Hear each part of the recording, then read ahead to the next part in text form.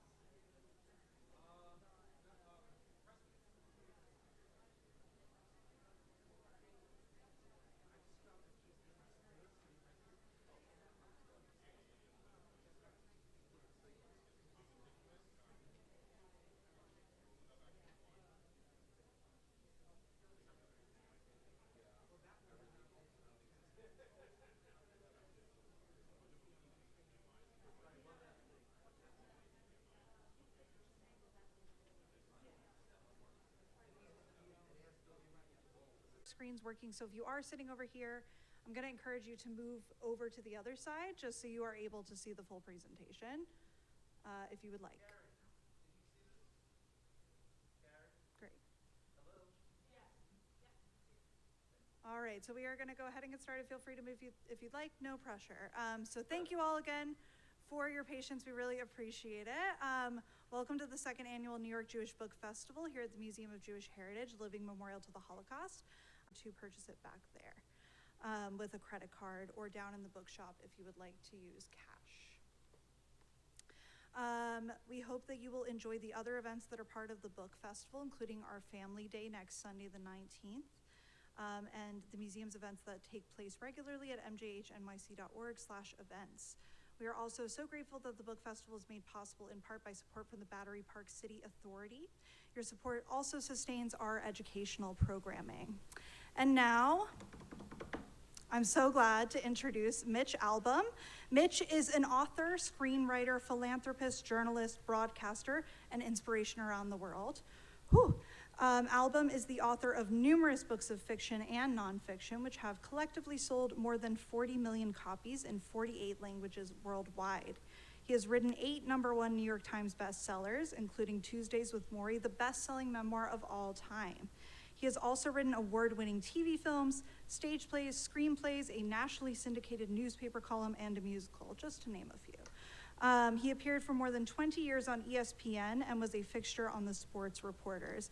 So please now welcome me in joining, please now join me, in welcoming Mitch Albom.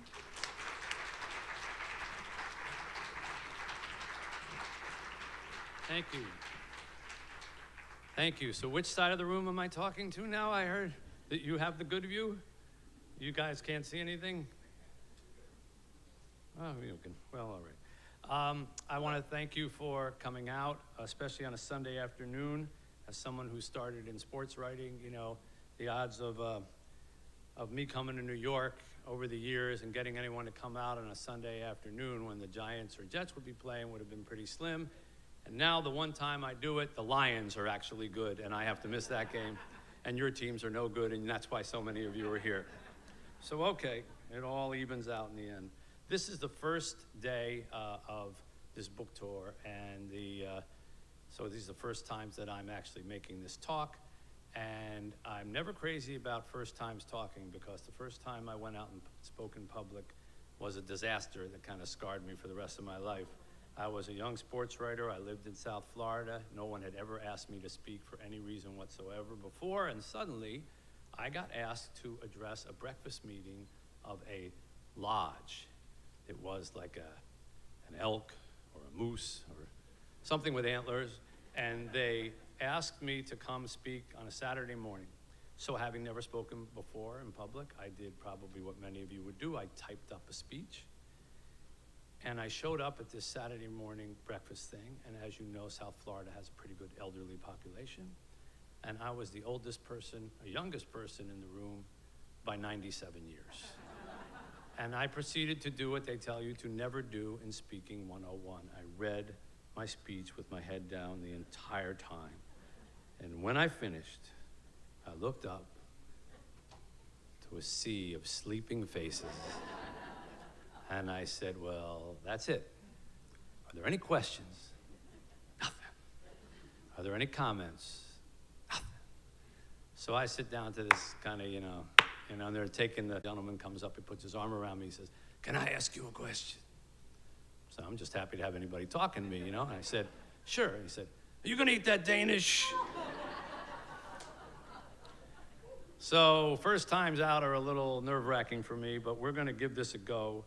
We've only tried this once before. It's got a bunch of elements to it. I'm still getting used to it, so there are a few kinks. Bear with us, all right? We're amongst friends, yes. So I promise you, in the end, it'll be worthwhile. All right. So from the book, you can trust the story you're about to hear. You can trust it because I am telling it to you, and I am the only thing in this world you can trust. Some would say you can trust nature, but I disagree. Nature is fickle. Species thrive and flame out. Others suggest you can trust faith. Which faith, I ask? As for humans, well, humans can be trusted only to watch out for themselves. When threatened, they will destroy anything to survive, especially me. But I am the shadow you cannot outrun, the mirror that holds your final reflection. You may duck my gaze for all your days on earth, but let me assure you, I get the last look. I am truth. And this is a story about a boy who tried to break me. For years he hid during the Holocaust and after it, changing names, changing lives. But in the end, he must have known I would find him. Who could spot a little liar better than me? Now, when I was a kid growing up in South Jersey, there was this older Jewish couple in my neighborhood, and they always wore long sleeves, even in the summertime. And I asked my mother once why they did this, and she said, well, they have numbers tattooed on their wrists and forearms, and they don't want people to see. Why not, I said. Maybe they don't want to be reminded. Reminded of what, I asked. You'll find out when you're older. Well, that's what we tell our kids, right? You find out when you're older. I was young, my mom wanted to protect me, but 2 generations before me, kids my age did not enjoy such protection. Kids like the fictional 11-year-old Nico Crispus in this book, a boy who was living happily in his home city of Thessalonica, Greece, when the war broke out. Before that war, Judaism was the majority religion in Thessalonica, the only city in all of Europe that they could say that. Imagine that, a large European city, second largest city in Greece, and a majority population was Judaism. Then, in 1941, the Nazis arrived. They came with flags, riding motorcycles, with a marching band. And less than 2 years later, the 60,000 Jews in Thessalonica had been herded like rats into a sewer. Their businesses were taken away, their homes were taken away. They couldn't go to school, they couldn't ride a bus. Even their cemetery, the largest and oldest Jewish cemetery in the world, was destroyed by the Germans, and the tombstones of their loved ones were used for building material. Some of those tombstones ended up in the walls of churches. Still, for all the truth, for all the things that the Nazis destroyed, their biggest destruction was the truth.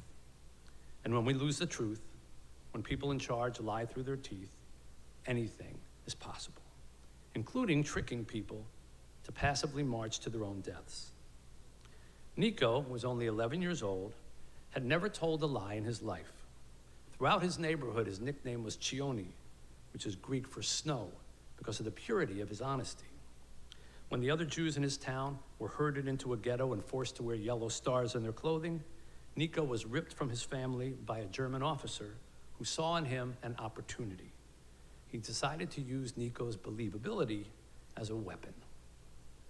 You can see your family soon. She hid her face in her hands. The large man had seen enough. He wiped sweat from his forehead, then pushed through the bodies toward the window. Hey, watch it. Where are you going? He reached the grate and jammed his thick fingers through the holes. He grunted loudly, and with his face contorting, he began to pull. Everyone in the cattle car went silent. What's he doing? What if the guards come? In the corner, a lanky boy named Sebastian stood against the wall watching all this unfold. Next to him was most of his family. But when he saw the man pulling at the window grate, his focus turned to a thin, dark-haired girl just a few feet away. Her name was Fanny. Before all the trouble began, before the tanks and the soldiers and the barking dogs and the midnight door pounding and the rounding up of all the Jewish people in his home city of Salonika, before all that, Sebastian believed that he loved this girl, if there is such a thing as love when you were 14 years old. The large man wiggled the grate until it loosened from the wall, and with a last mighty pull, he ripped it free and let it drop. Air rushed through the open rectangle, and a springtime sky was visible for all to see. The large man wasted no time. He pulled himself up, but the opening was too small. His thick midsection could not fit through. Someone smaller, a voice said. Parents clutched their children. For a moment, nobody moved. Then Sebastian squeezed his eyes shut, took a deep breath, and grabbed Fanny by the shoulders and pushed her forward. She can fit. Sebastian, no, Fanny yelled. Where are her parents? Someone asked. Dead, someone answered. Come, child. Hurry, child. The passenger shuffled Fanny through the scrum of bodies, touching her back as if sealing wishes upon it. She reached the large man who hoisted her to the window. Legs first, he instructed. When you land, curl up and roll. Wait, we can't wait. You must go now. A bearded man who had been mumbling prayers edged forward to whisper in Fanny's ear. Be a good person, he said. Tell the world what happened here. Her mouth went to form a question, but before she could, the large man pushed her through the opening, and she was gone. Now let's step back and ask the question that doesn't get asked enough in discussing the Holocaust and all of its horrors. How do perpetrators like the Nazis get to that point? I mean, you don't just wake up one day and decide to dehumanize an entire race or religious group, right? Most of us in this world have an innate sense of right and wrong. Certainly most of us know that it's wrong to kill, to murder. So how does a man like the Nazi officer Udo Graf in this book conclude that a human life is disposable simply because it's Jewish? How does a society reach a point where somehow that's okay? Here's how. We tell ourselves a lie, or we believe one when it is told to us. The voice of truth explains this process. Take a boy born in 1889 to a large Austrian family. His father beats 18. He becomes sullen, withdrawn. He drifts, thinking himself a painter, but finds no acceptance in the art world.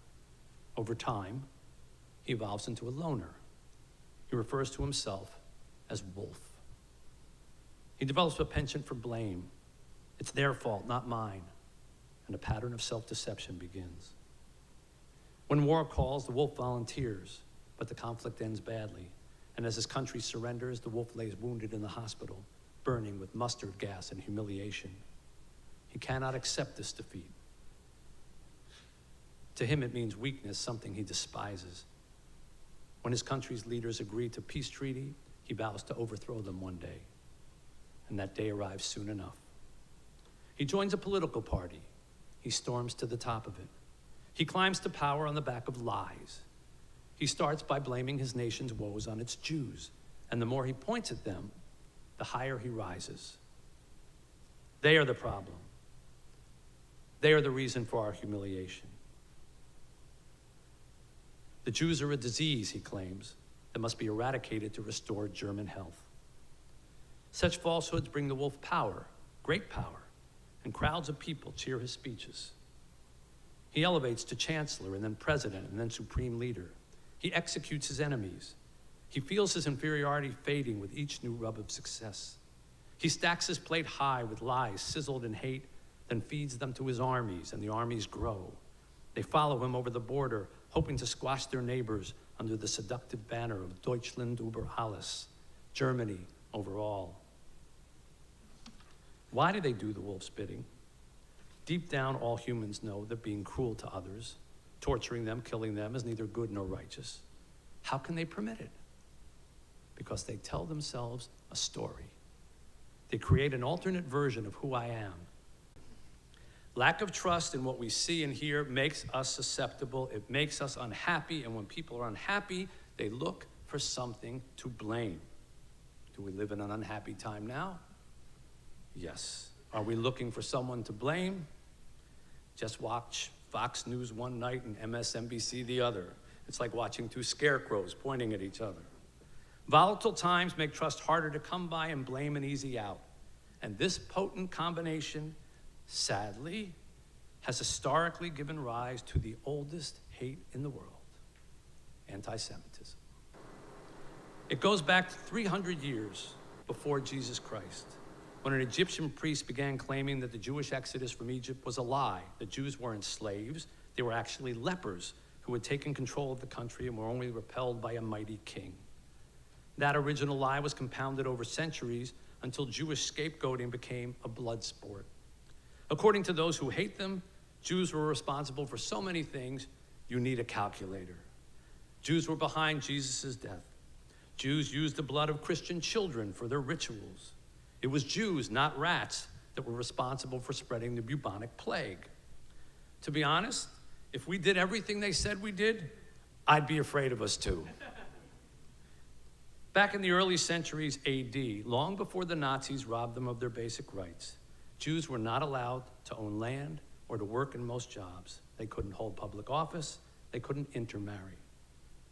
More recently, as Barry Weiss writes in her wonderful book, How to Fight Anti-Semitism, Jews were turned into the symbol of whatever a given civilization defines as its most sinister and threatening qualities. So under communism, the Jews were the capitalists. Under Nazism, they were the race contaminators. And today, when the greatest sins are racism and colonialism, Israel, the new Jew among the nations, is being demonized as the last bastion of white racist colonialism. Whatever role the Jews are needed for, well, that's the part they're forced to play. Weiss makes the point that with every other form of bigotry, the haters dismiss their victims as inferior, less than. They feel like they're punching down. Against Jews, they feel like they're punching up. And this justifies even more vicious action under the guise they have it coming, or they're too powerful, or they deserve it for what they've been doing to us. Today in America, you may not realize, Jews are the target of 60% of all religious-based hate crimes. Yet they only constitute 2% of the US population. Not to be impolite, but Jews would like to return some of their portion. It's a little too much on the plate. The number of hate crimes against Jews last year was 6 times the number of those against Muslims. 6 times. Yet in the immediate aftermath of the Hamas attack on October 7th, what did our government do? It made sure to announce a special task force on Islamophobia, as if the two problems are equal. Muslim and those perceived to be Muslim have endured a disproportionate number of hate-fueled attacks. And certainly President Biden understands that many of our Muslim, Arab Americans and Palestinian American loved ones and neighbors are worried about the hate being directed at their communities. And that is something you heard the president speak to in his address. Now, hate in all forms cannot be tolerated, and anti-Muslim sentiment is a real thing and should not be. But at the moment, there are no incidents of Jewish students blocking Muslim students or their rights to go to class at a college campus. On the other hand, the opposite actually just happened at no less prestigious a place than MIT, where Jewish students were physically blocked from attending classes and warned not to enter the school's main lobby by protesters. Blocked from attending classes, unsafe on their own campus, which they paid to attend. These protesters, who often claim we're not anti-Jewish, we're just anti-Israel, were not bringing their anger to the steps of an Israeli embassy. They were denying Jewish students the right to go about their life. I'm not a fan of whataboutism, but it's hard to imagine any other racial or ethnic group literally being denied the right to go into a classroom on a major college campus without a national outrage. Have you seen a national outrage over MIT? Let me read you a news account of something that happened to Jews on college campuses. I quote, "Student groups often interrupted lectures, provoked skirmishes, and physically intimidated Jewish students in actions tolerated by university administrators. In some cases, aggressive leaders subordinated the university administration to their violent tactics." That quote is not from last week or last year. That's from 1933 in Germany, 7 years before Auschwitz opened its gates. Nobody did anything to stop it. But then expecting people to stop a wave of hateful lies is like expecting seaweed to stop the ocean waves from hitting the shore. It takes courage to stand up, and most of us don't have it. Most of us let things rise to a boil, waiting for someone else to do something about it. This photo was from Liberty Square in Salonika, Greece, where Nico and his family live in this book. On a Sabbath morning in July of 1942, when the Jews were supposed to all be in synagogue, every Jewish male aged 18 to 45 was forced to report to this square instead, 9,000 men. under the lie that this was somehow for their own good. They stood in those lines for 8 hours under the hot, blazing sun, and the entire time were forced to do meaningless calisthenics, up, down, up, down, up, down. If they faltered, they were attacked. If they fell, they were kicked. If they collapsed, dogs were sicked on them. And if they ran, they were shot. And what did the non-Jewish people of the city do? They watched. Some laughed, some pointed, some took photos. There's a lesson there. If you're expecting the world to deny a lie at its own peril, you might be waiting a long time. Less than a year later, nearly 60,000 Jews, virtually all the Jewish population of the city, was shipped on those trains to Auschwitz, including Nico's fictional family in this book. And when the doors opened 8 or 9 days later, they were no longer on Earth. They were someplace darker, where only the depths of human cruelty can take you. Now, I will spare you in this talk the details of Holocaust crematoriums, mass burnings, mass shootings, rapes, the willful killing of children. You've heard that all enough. What grips me, and often infuriates me, is how long this went on without anyone knowing the truth, searching for the truth, or in some cases, willfully ignoring the truth. Did you know that the Nazis had a ghetto concentration camp in occupied Czechoslovakia called Theresienstadt? You know it better than I do. It served as a holding center en route to extermination. 33,000 people would actually die there, and tens of thousands more would be shipped to their deaths elsewhere. When the Danish Red Cross heard rumors about what was going on in these concentration camps, it insisted on visiting a camp. This was in 1944, and the Nazis felt they needed the support of the Danes, and so they decided to allow a visit, but only after they had secretly beautified the place, gotten rid of the sick, and staged phony cultural events, warning the Jews that if they revealed what was truly going on there, they would be killed. They even had children dressed up and playing as if they had recess in the yards. When the Red Cross came, they saw a gussied up version of what looked to be a very pleasant work facility, complete with nicely content Jews and even cultural events. The Nazis filmed the visit for a propaganda film where they dressed up the Jewish prisoners and brought them to a concert, an elaborate lie staged for the visiting dignitaries. This is actual footage of that lie where you see some of the Jewish prisoners with their hair done and made up in suits and ties and dresses.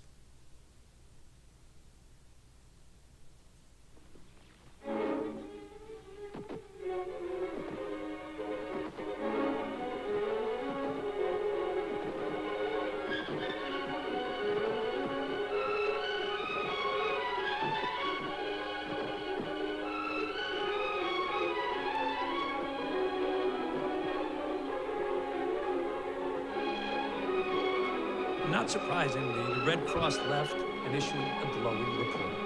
Everyone was satisfied. Nothing to see here. And once the charade was over, the Germans resumed deporting people from Theresienstadt to their deaths. It's hard to believe, right? But that's the thing about deception. One of the most notorious Nazis of them all, Joseph Goebbels, said himself, "A lie told once remains a lie. A lie told 1,000 times becomes the truth." During World War II, lies became the Nazis' greatest export, and Jews were its biggest victims. So how do people survive that? What could possibly keep you going? The answer is one word, maybe the most beautiful word in any language: hope. Hope is the sliver of light that creeps under the prison door. Hope is a drop of water on your tongue when you're so thirsty you can barely remember what water tastes like.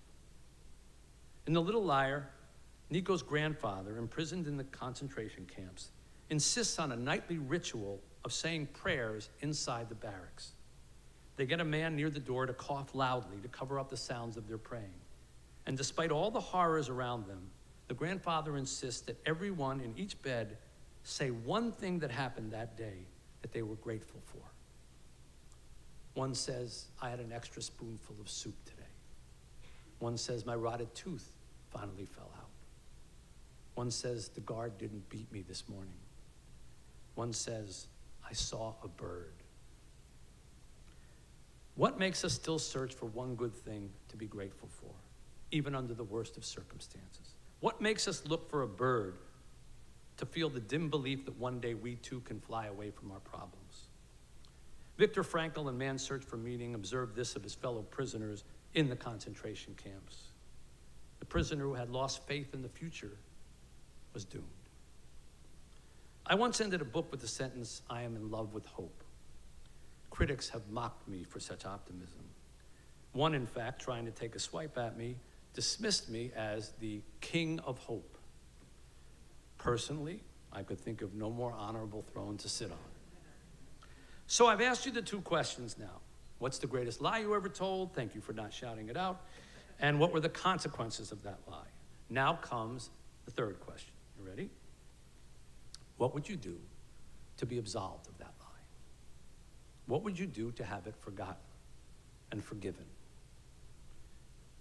When I went to Thessalonica for research, I discovered this landmark structure right on the water overlooking Mount Olympus. It's a 15th century fortress that they call the White Tower. It's massive, it's huge, it's very impressive. But the name is fairly modern. For centuries before, it was called the Blood Tower because it was a prison where many men died or were executed. Eventually, the people of Salonika got tired of the dirty, bloody exterior, and the owners searched for someone willing to paint it, but no one could be found. Job was too difficult, building too enormous, nobody wanted to do it. Finally, a prisoner inside the tower came forth and volunteered to paint the whole thing white, by himself, by hand, inch by inch, until it was finished.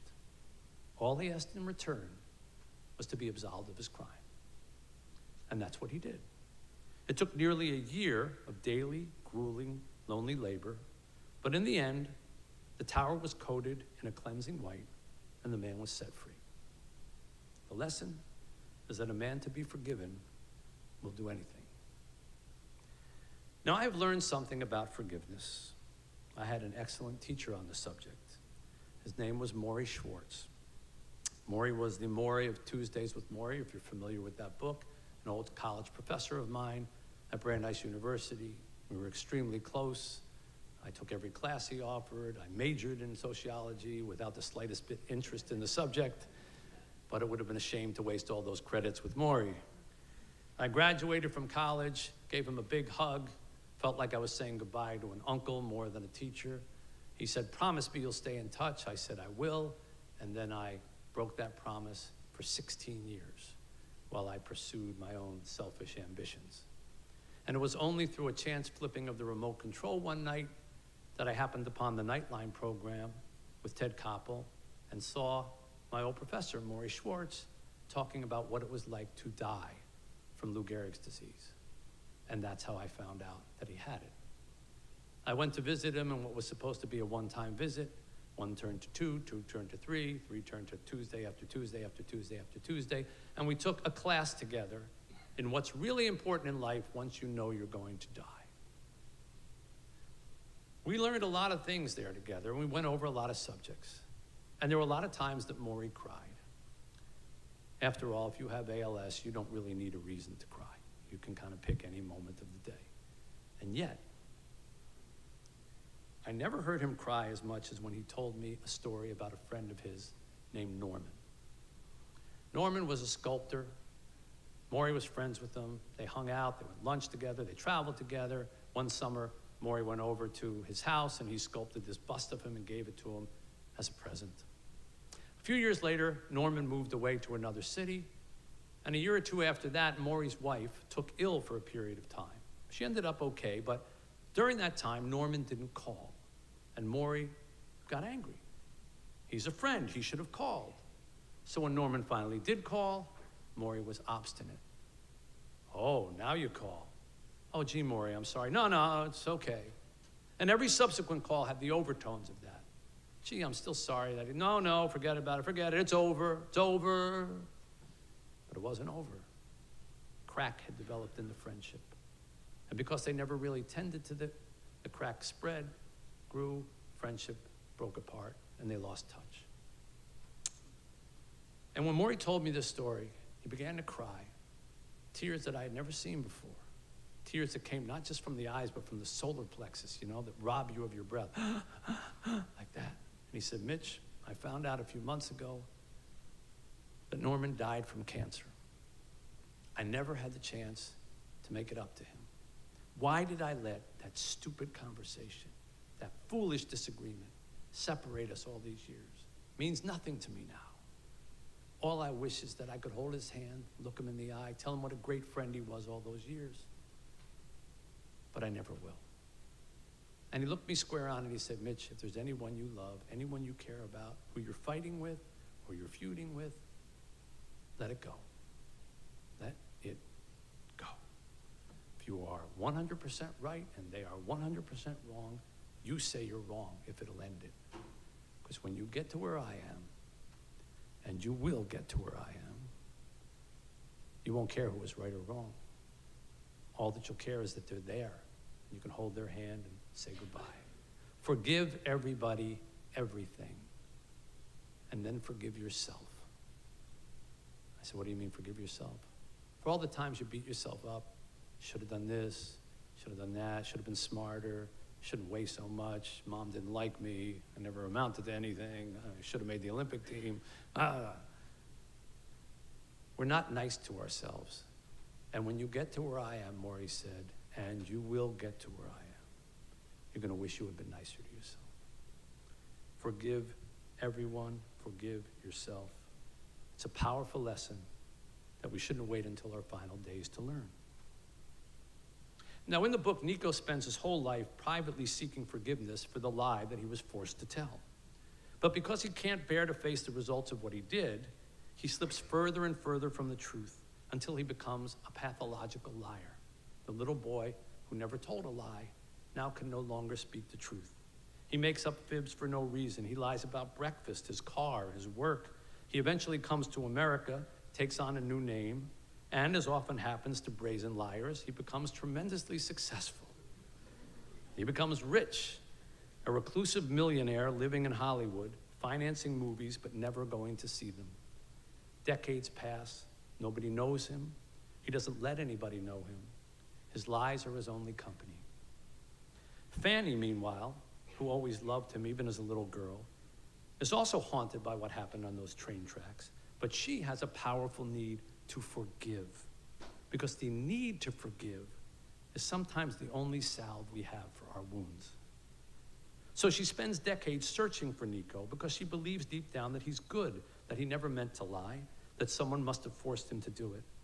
And she remembers a moment when they were all little children and they visited that Jewish cemetery with Nico's grandfather, who stood at the graves of his mother and father and then leaned over and began to wipe their tombstones with a rag and some canteen water. And when Nico asked what he was doing, his grandfather said, this is called a chesed shel emet, a true and loving kindness, something you do for someone with no expectation of ever being paid back, wiping the tombstones. Nico asked if he could help, and he squatted down next to his grandfather and began to wipe them as well. That was the boy that Fanny remembered, the good boy, the honest boy. She believed in him.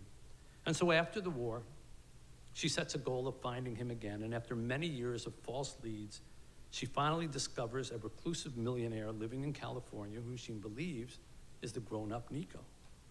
It's been decades since they were together, so she can't be sure of what she's seeing, but she follows him in a car one day, and she thinks maybe she has the wrong guy because he's not driving towards the studio where he works. He's getting on a highway, going someplace far away. She follows him for an hour, and finally the car pulls off the road, drives down a path, and pulls in to a Jewish cemetery. And the man inside gets out with a canteen and some rags and begins wiping tombstones. Fanny feels tears in her eyes, and she knows that she has found her lost boy, and that a true and loving kindness still lies within it. And in that lies the only antidote that we have to the cruelty of this world, the only cure for the poison of hate. It takes a forgiving heart that expects nothing in return. It takes real acts of chesed shel emet. It takes true and loving kindness. You may have noticed that this story spends a lot of time on children. That's because the older I get, the less sense adults make to me. Only kids. In fact, I think by the time I'm 80, all my characters will be 6. Now, I can tell you, very honestly, I have not been a perfect man. Like you, I have told my share of lies, many of them to myself, especially during my 20s and 30s when I thought work was the answer to everything. One lie was that I was doing all I could to be charitable, when all I really did was write checks a few times a year. Another lie was that I was ready to get married and start a family. The truth is, there's that expression again, I was scared of the commitment and what it would do to my ascendant career. I dragged my feet. And by the time I was ready to face becoming a father, it was too late. But fate has a funny way of realigning the scales. Sometimes it sends a whisper, sometimes it sends an earthquake. And in my case, it was the latter. On January 9th of 2010, an earthquake struck the island of Haiti, the nation of Haiti, just outside of Port-au-Prince. It was so powerful that it killed 3% of Haiti's population in 45 seconds. I went down there to help an orphanage that I had heard about, and I saw things that were so heart-wrenching that they will never leave me. But the kids struck a chord in my heart. And I went back the next month, and the next month, and the next month to try and help that orphanage. And I brought crews with me from Detroit to build the first toilets and showers and kitchens the place had ever had. Until that point, the toilets consisted of a hole in the ground in a muddy field where kids at night would take rocks outside and bang the rocks on other rocks before they squatted down so that the rats wouldn't bite the rear end. And then when they were finished, they used that rock as toilet paper, because there is no toilet paper, and would throw it in a hole. So we built toilets and showers and a kitchen and a school. But as the months went by, the man who was running it, I noticed, was still only feeding the kids 1 cup of rice a day. And I said to him one day, I don't get it. We're coming down here, we're investing all this time and effort, and kids are starving. Which is when he admitted to me that he didn't have any money to run the orphanage. He hadn't for years, and he was 84 years old. At which point, I blurted out something that to this day, I still wonder exactly what I was thinking. Well, gee, I run a bunch of charities in Detroit. I could probably run this. How hard could it be? And he said, thank you, Jesus, hallelujah, here it is. And we never saw him again. And I inherited an orphanage. And I made every mistake that a man who doesn't have children of his own can possibly make in running an orphanage.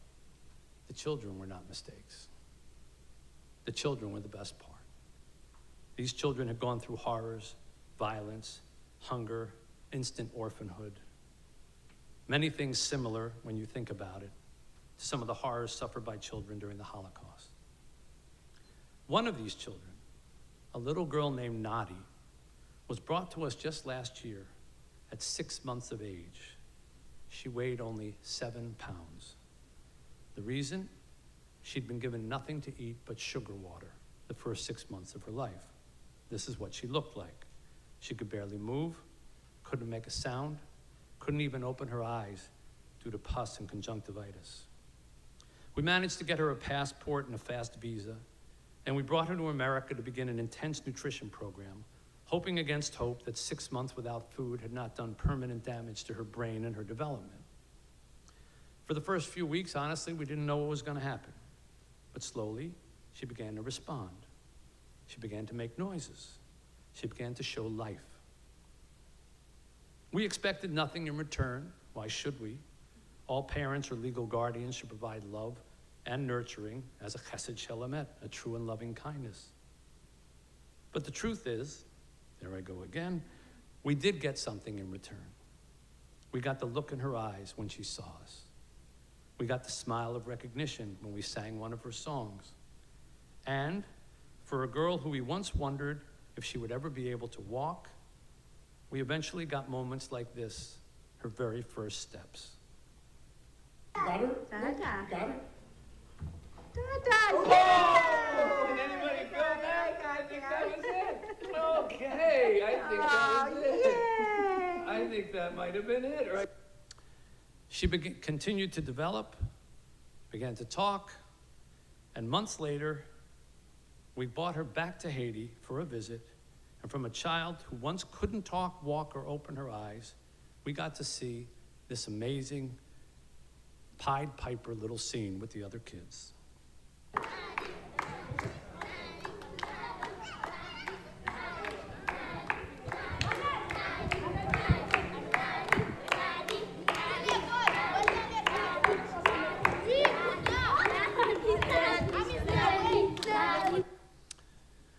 There is light in darkness, but we must provide it. We must become the crack in the door that lets in the thin beams of sunshine. If we see suffering, we must soothe it. We must show love more quickly than we show hate. We must teach our children how to be better than we were. And we must treat truth like the precious virtue that it is. We cannot falsely project narratives to allow us to whitewash baseless finger-pointing, and we cannot allow anti-Semitism, the oldest form of hatred, to keep rising on false narratives every few decades, like a serpent breaking the surface of the ocean and seeing who's vulnerable on the shore. If we do, one day all Jews will be pulled under those waves, never to reemerge. I created in this book a story about a young boy whose honesty is used against him. I thought it would be compelling because I'd never heard a story like that before. And then I was here in New York last night, speaking with Anderson Cooper from CNN, and he told me another story, one he'd come upon in his reporting in Israel after the October 7th attacks. He told me about a boy named Tomer, who was captured by Hamas terrorists on that day and was taken door to door in his village, where under the threat of killing him and his family, he was told to put on a happy face, knock on the doors, and tell the people it was safe to come outside. And when they did, they were shot. Days later, having done the evil they asked, those same terrorists killed their little liar. He was 17 years old. Times, the evil we humans imagine in our stories can't compare to the evil we actually commit. I'll end with a parable about truth. It says that when God was contemplating creating mankind, he gathered all the angels up in heaven to hear their thoughts on the idea. What do you think? Should I create man? Yes, said the angel of mercy. Let man be created, for he will do merciful things. Yes, said the angel of righteousness. Let man be created, for he will do righteous things. Only the angel of truth objected, saying, no, let mankind never be created, for he will be false and tell lies. So what did God do? He cast the angel of truth out of heaven and sent him crashing down to earth, where he split into billions of pieces, each one finding a way into a human heart. And there it lives or it dies. You decide. How will you treat the truth? The world we make for our children and their children will depend on your answer. Thank you for listening to me. I enjoyed talking to you.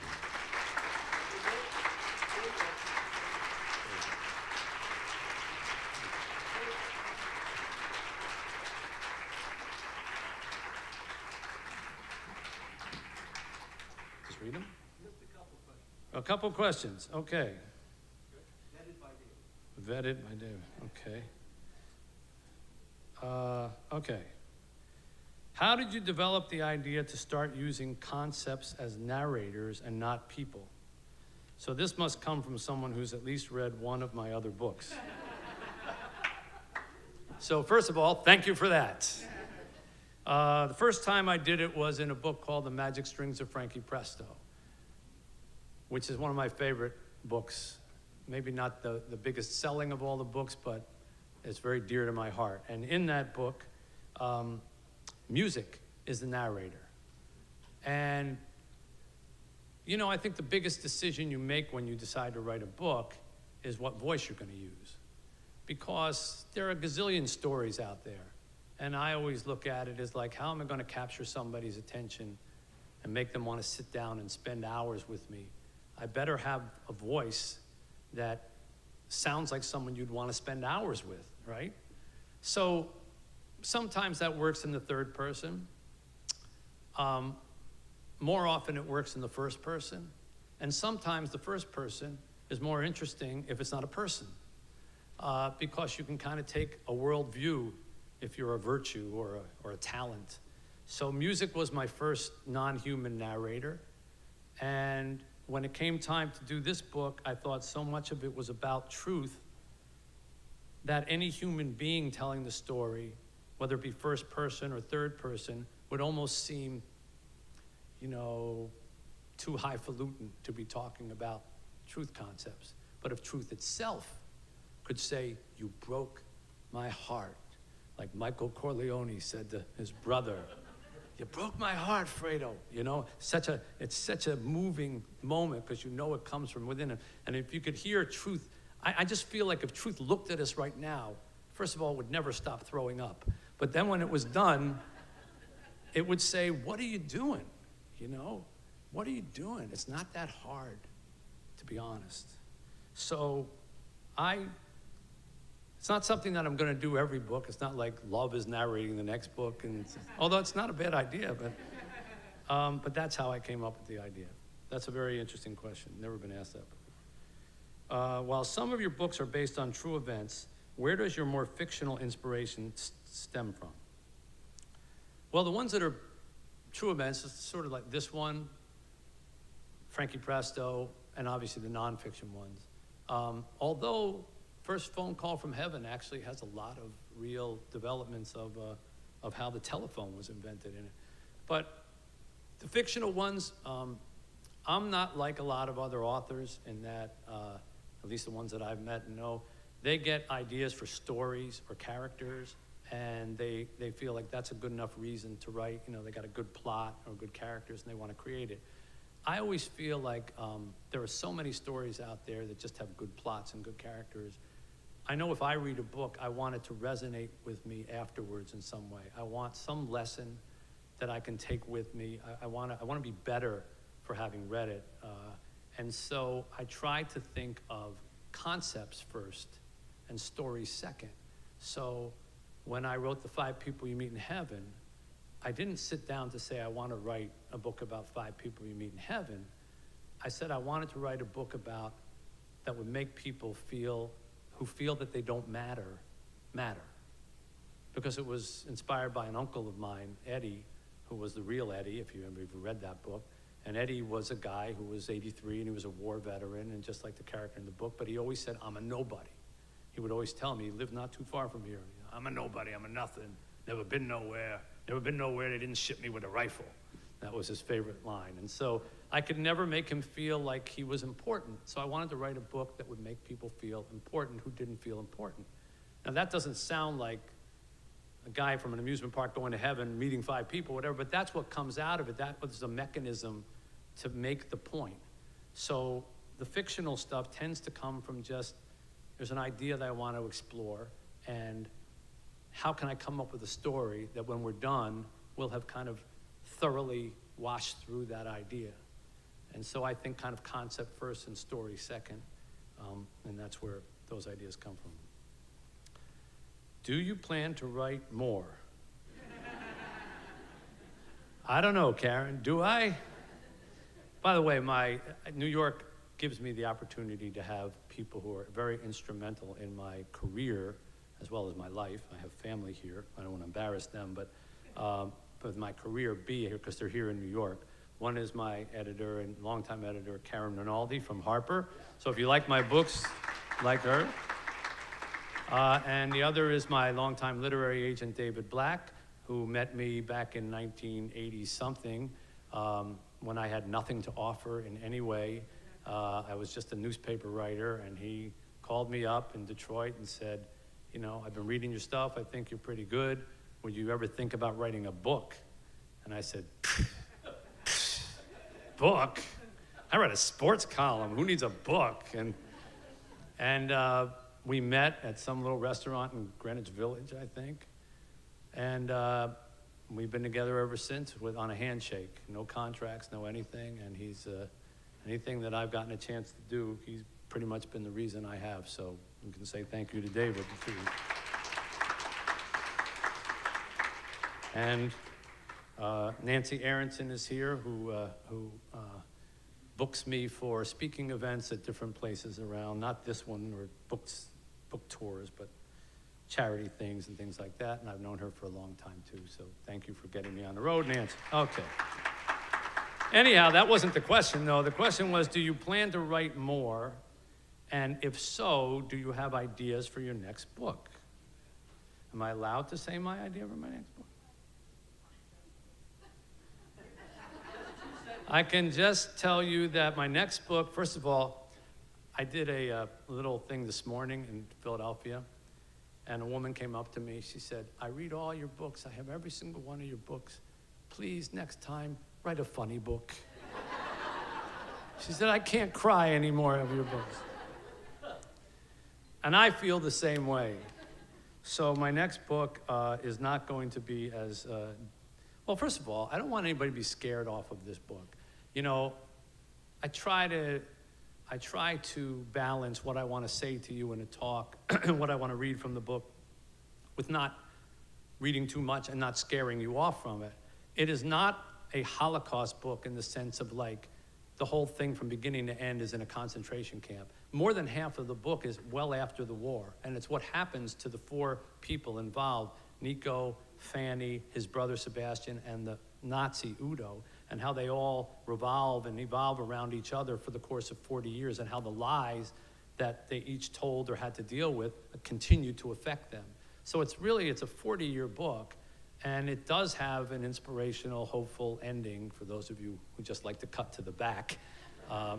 So I don't want to scare people off from that, but it was difficult to write because you have to live through the characters and you have to go, and I went to Thessalonica and heard all the stories and interviewed a lot of survivors and listened to countless videos of people who are no longer with us to tell the tale, and it's very heavy, you know, over time to hear all that sadness, but I thought it was an important book to write. I had no idea how important it would be given where we are right now.